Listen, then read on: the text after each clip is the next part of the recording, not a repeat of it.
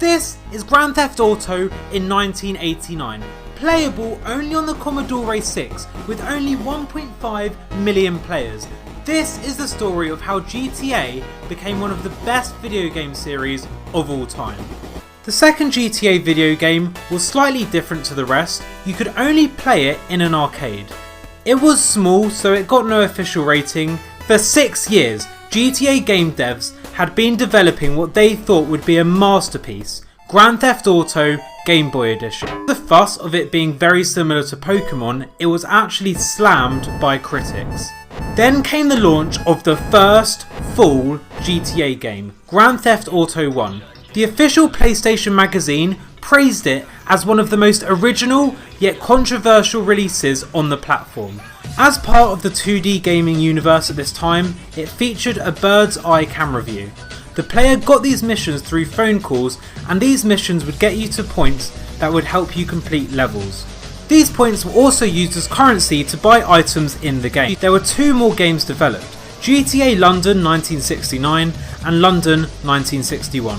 Both released in 1999, with the same dynamics as the first one. So, right after these 2 games, Grand Theft Auto 2 was released in 1999.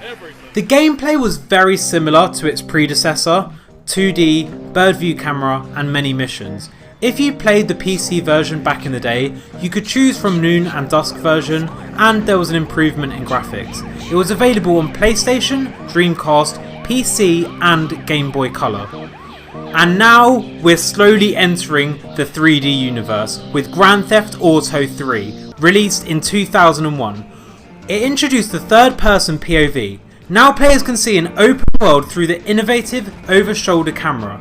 Story-wise, we're also going back to Liberty City, first introduced in GTA 1. We're playing as Claude. During a bank robbery, Claude is shot by his girlfriend and he got arrested by the police and sentenced to be in jail. As he and another prisoner were transferred, both of them escape and get in the way of a crime boss. As Claude is quenching his thirst for revenge, his wanted level increases, which can make you being chased by policemen or avoid getting captured. Following up on the 3D universe, now we're presenting Grand Theft Auto Vice City, released in 2002. This is the 6th full game in the franchise, and now we're in a city based in Miami. Here we're playing as Tommy Vercetti, a mafia hitman who, after a deal has gone wrong, he's looking out for some revenge. The players are constantly completing main and side missions, unlocking playable areas. Now, Grand Theft Auto San Andreas was, and still is, one of the most important titles of the saga. Released in 2004, it has the same graphics as the previous titles of the 3D universe. We're now playing as CJ, or Carl Johnson, framed with charges of murder by dirty cops. To keep him on the streets, CJ has to complete certain missions. So, what's different? Well, now we can actually fully roleplay as CJ by personalising his appearance, exercising and more. During the time GTA 4 was in development, Rockstar Studios released a couple of packs to expand the story of the universe. Those stories are Grand Theft Auto Liberty City Stories, where we're playing as Tony Cipriani. This game was released in 2005 and the mission we must complete is making Tony the right hand of the mafia boss. The following year, Grand Theft Auto Vice City Stories was released, and now he's looking to create an empire in Vice City. These stories set as a preamble for the HD universe, where Grand Theft Auto 4 is the leading man. Released in 2008, this platform increased the gameplay and rendered graphics into a more realistic and detailed level. We're now playing as Nico Bellic, an immigrant with big dreams who arrived at Liberty City. Here, you can travel the city in different vehicles, and during combat you can use several weapons. It's also the introduction for the first person mode, which can be used while driving cars. It also has a multiplayer mode up to 32 players. This game had 2 exclusive DLC contents called The Lost and Damned and The Ballad of Gay Tony, which expanded the story even more. Grand Theft Auto Chinatown Wars has a very different presentation from the previous games in the series, by partially resembling the first Grand Theft Auto titles. Instead of a ground level view behind the protagonist or a top-down perspective, Chinatown Wars uses a fully rotatable camera angled down at the action. Unlike Grand Theft Auto 4, the player can disable as many police cars as possible to escape the police instead of leaving a wanted zone. The more stars the player has, the more police they have to take out for each level. For example, for a 6-star level, they have to take out 6 police cars to get down to a 5-star wanted level, and so on. There is also a dealing subplot which allows players to sell contraband around the city. Players can profit by recognising market conditions and demands based on geography and applying their wares accordingly. CCTV cameras work as the game's secret packages, destroyed by throwing a Molotov cocktail bottle or a grenade. This also decreases the chances of being caught while making an illegal exchange.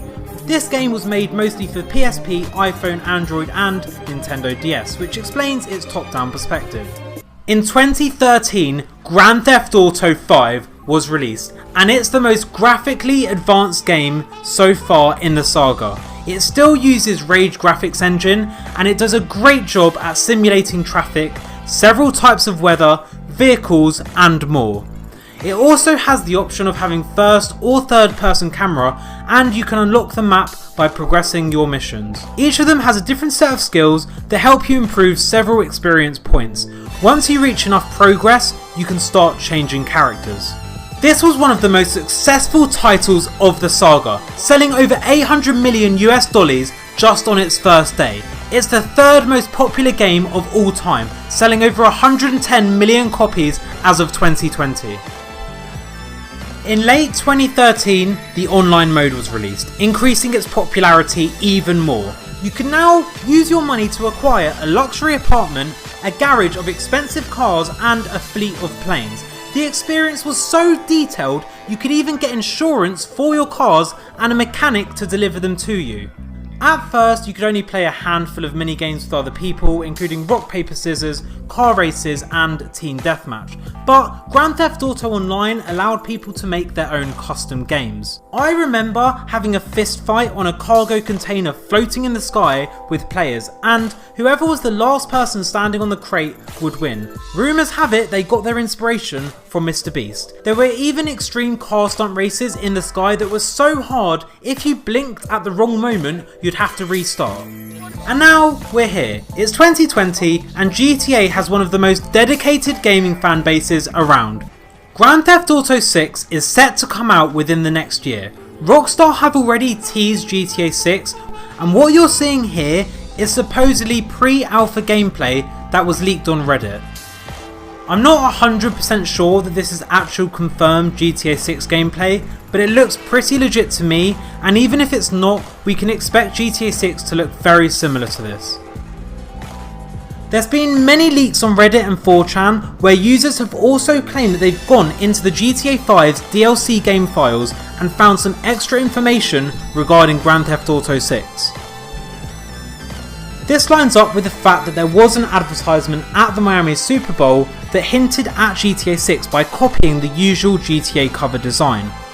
At first, I didn't really want to share all this information as I didn't know the validity of all this info, but after doing a little bit more research on this leaked info, I realised I'd tell you guys. Because this video is about the evolution of Grand Theft Auto, and I feel like I should tell you everything on the internet that I can find on GTA 6. But I just want to make you guys aware that this is just a leak and not 100% confirmed by Rockstar. On top of the game being set in Miami, other links have said that in this GTA we will be able to interact with every single player in the city with multiple options when talking to civilians, and other leaks have shown that every single skyscraper and building will be fully accessible to the player, allowing a player to rob random people's houses and apartments. Other rumours have said that you can be at home watching basketball or football on TV in Grand Theft Auto 6 and then go to the stadium and cause chaos on live TV whilst the players are actually playing.